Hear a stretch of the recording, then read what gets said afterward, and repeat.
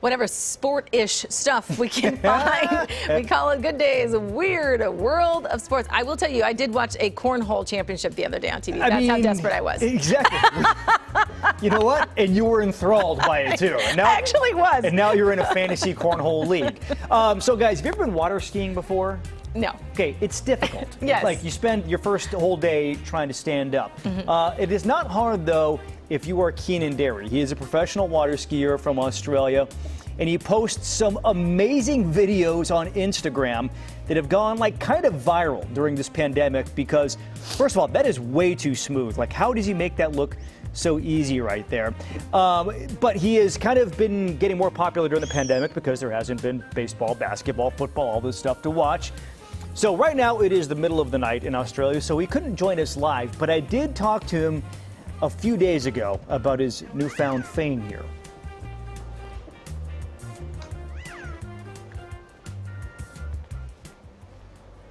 Is Keenan Derry. Good morning. Thanks for being with us.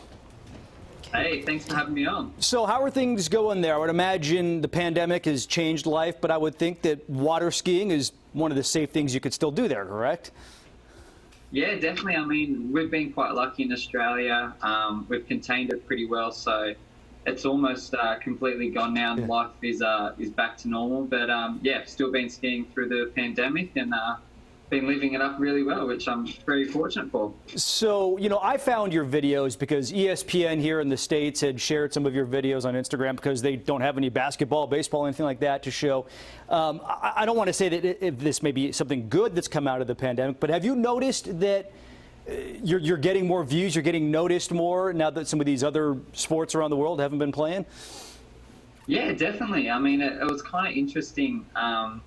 Barefooting itself is quite a small sport and doesn't really get much exposure. So I guess the lack of major sports being televised and content being produced has given me and I guess a lot of other smaller sports the opportunity to, get some more awareness of what we do.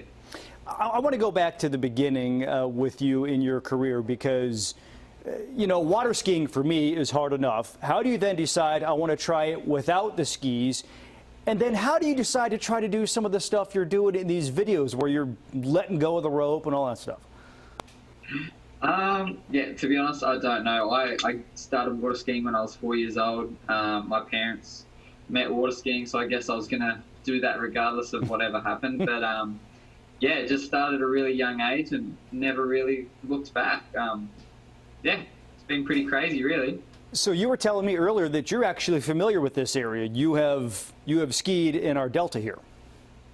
Yeah, definitely. So I spend a lot of time in the I guess the Delta River system down in Brentwood, and I've actually stayed in West Sacramento 2 years ago. So yeah, I love California. It's a great area. What is it? Is the water here good? Is it good for skiing? How does that all work out?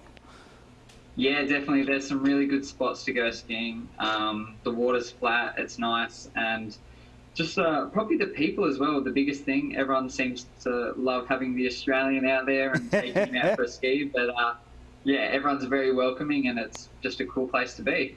All right, so I got to ask you because there is one video where you're sliding on your butt on the water, and then you just go up onto the shore onto your feet. I'm trying to think of a tactful way to ask this. How do you avoid taking on water, if you know what I mean, when you're sliding that fast on the water? No, that's one of the common questions that I get, actually.